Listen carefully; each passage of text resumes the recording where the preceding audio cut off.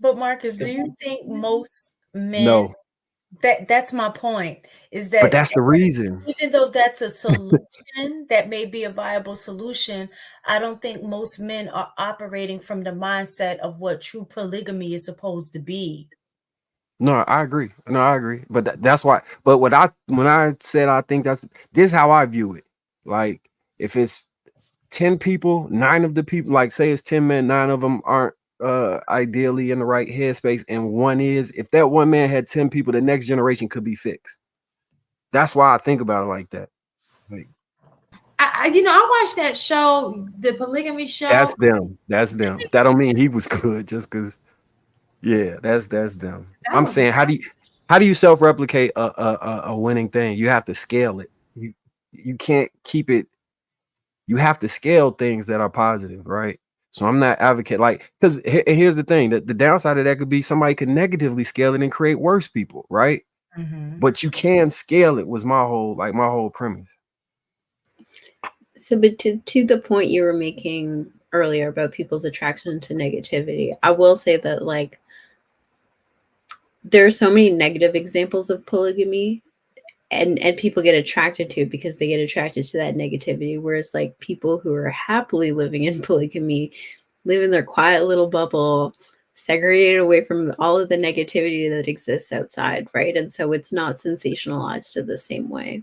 Hmm. And same thing with people who happy in monogamy. They in the bubble too.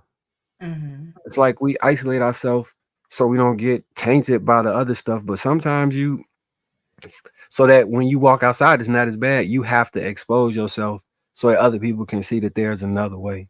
Is people have to be able to identify that this is not the only way. To your point earlier, because what do you do when you don't know any better? And your environment just is this is all it shows you. You have to have an example of the things that you want to emulate. If you don't have the answers innately. So, but to that point,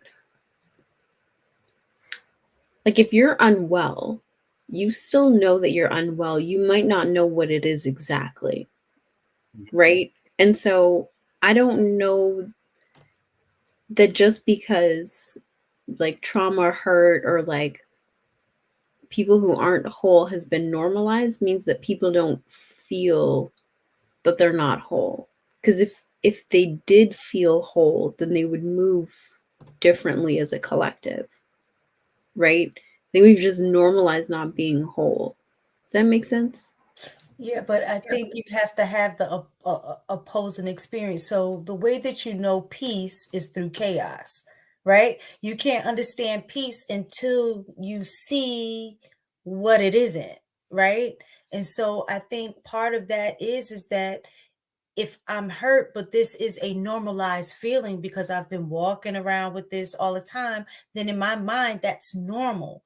I wouldn't know it to be any different until I experience something different. So what do you do when chaos is fun? It's it's it's it's too desirable to let go. Well, that's the dysfunction That's the that we're problem. talking about. Yeah, that's the dysfunction that we're talking about. Like I remember, I just saw something not too long ago where, um, actually it was on it was a different couple. I their show is really good in terms of just kind of looking at perspective. Where it was one woman who was saying, "I loved to fight. Like that was my thing. I like to fight." And with that, it hit me like, dang, like how how messed up you have to be when you look at violence and you're looking for the violence because you enjoy it. So you know that I mean it has to be so, because most people avoid violence, right? They don't want to get hurt.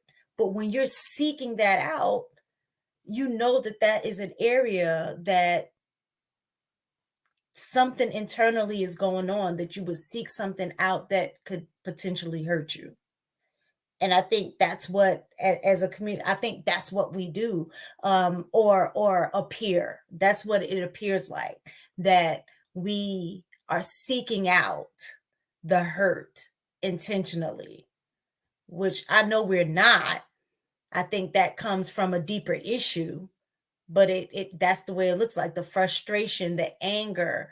You know, a lot of times anger masks what is really fear, things like that. But we don't, because we don't have the emotional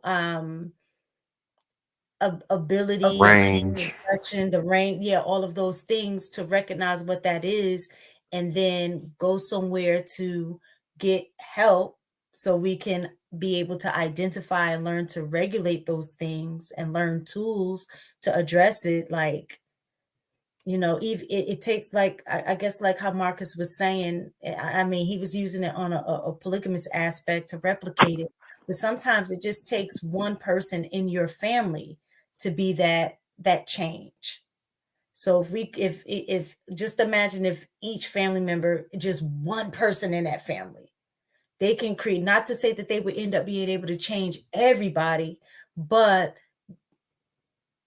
they could potentially change a household. And then that group then affects the community, because then they have friends, you know, they have other people that they deal with, that those things will also rub off on them as well. So we just need to reach one. When we look at it that way, to me, that seems feasible. Mistaken, you reminded me of a joke. I believe it was Steve Harvey. He said that that white people hope, black people wish. And I'm going to use the example of violence. White people say things like, I hope no one bothers me. I hope this goes well. While black folks say, I wish a nigga would. But but but I mean, it goes all back into the mindset that you were just talking about. Like that's how many of us view it. I wish you would. I wish they would say that to me. I wish he would come at me that way. I wish she would. Like it's insane, and it's just one word change. I hope it works out. The only reason I hate that is that that was taught to Black people and then told that that is a characteristic of Black people, because the amount of violence, chaos, trauma that was inflicted into bringing Black people into this position in the first place, and then being told, don't be violent, don't enjoy chaos, don't be so traumatized, like as if it just appeared out of nowhere. It feels disingenuous, right? Like, you did this with the very means that you're now demonizing, and you taught this and you're still demonizing it as if you had nothing to do with it. And so, like, I think the joke is funny. It's very funny, but I think that comparison of white people to Black people feels almost comical at this point, because Black people aren't actually naturally like that. It's a product of slavery. So we have to retrain ourselves to get back to our natural selves.